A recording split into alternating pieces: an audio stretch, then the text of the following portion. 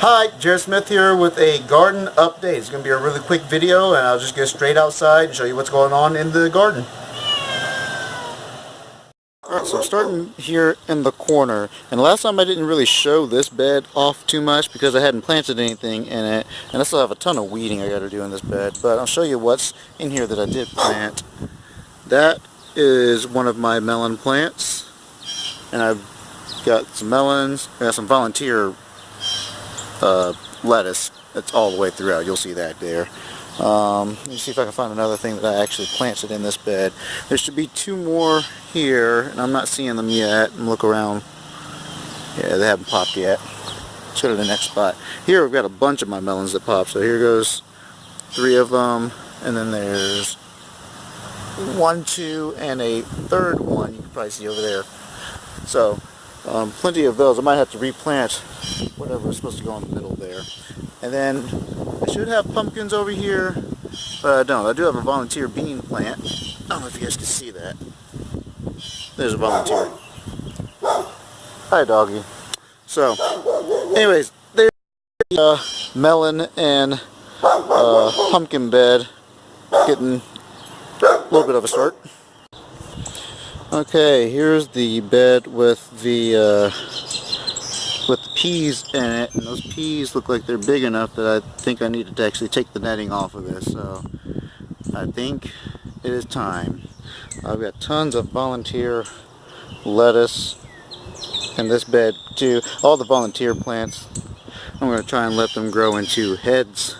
I've never grown a head of lettuce. I've always grown, cut them at the baby leaf stage, so we'll see how that goes. You can see the carrots are kind of interspersed. They didn't have a very even germination, so they're kind of hit and miss throughout, except for down on this end where they seem to have germinated really nicely. And I've got a theory. I think we run downhill from this end down to this end, so I think this is just where the water was a little bit more abundant, and therefore seeds germinated a little bit better. That's my theory. I haven't tested it out yet or anything, but that's what I think happened here. And I think that's about it for this bed. Okay, on to the second bed, and I'm super impressed with this bed. Look at this, guys. Like, I just cut that earlier this week, and it could go for another cut already. That's how fast the stuff is growing. This is stuff I cut last week, and I mean, it's gotten so big. How big all that is, guys. Did that in a week. So I think next year, if I decide to go market garden style, lettuce greens, definitely doing it. Same thing back here with the spinach. If I had planted this stuff in more densely, I'd have tons of spinach right now.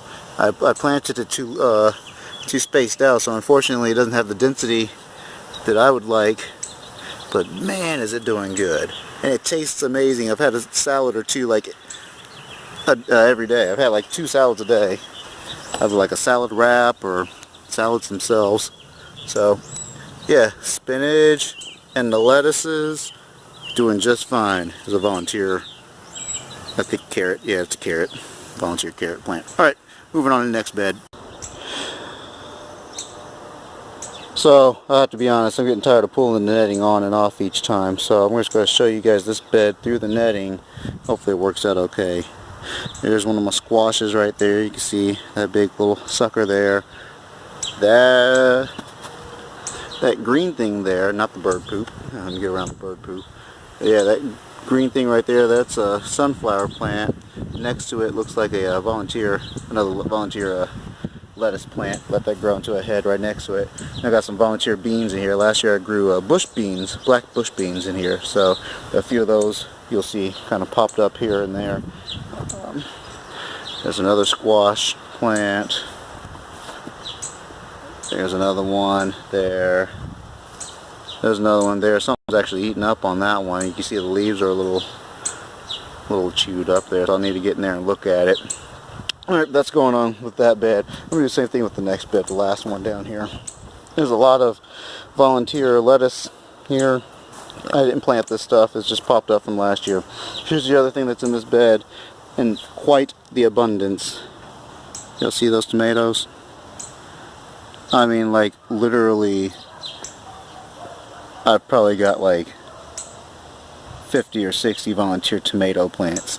This is not the bed I wanted tomatoes in. This is where I grew tomatoes last year, so the ones that fell down off the vine, off the tomatoes that were overripe and fell down, those seeded, and that's what you see in here.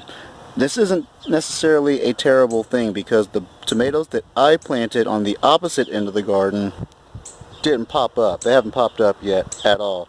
Neither have the peppers. So I can simply take these, dig them up, and move what I want anyways over to the other side, and I'll at least have tomatoes. I won't know what varieties, but that doesn't matter to me as long as I have tasty tomatoes. These were purple tomatoes over here. I believe they're Cherokee purple tomatoes. Either that or they were the chocolate cherry. Can't remember. Either way, I'll have tomatoes. You can see the beet greens kind of intermixed with all these tomatoes that are in here. But that's kind of what's in this bed. There's a nice one right there. Nice chard plant. Now we'll kind of reseed and fill in a little bit more of this later on down the road. In the back you see that big row of green. Those are not weeds, those are radishes. Okay, so a nice big thick row of radishes in the back, and you can see in the middle, of course, my garlic that's kind of popping up. You see the garlic tops there. So that is your quick garden update.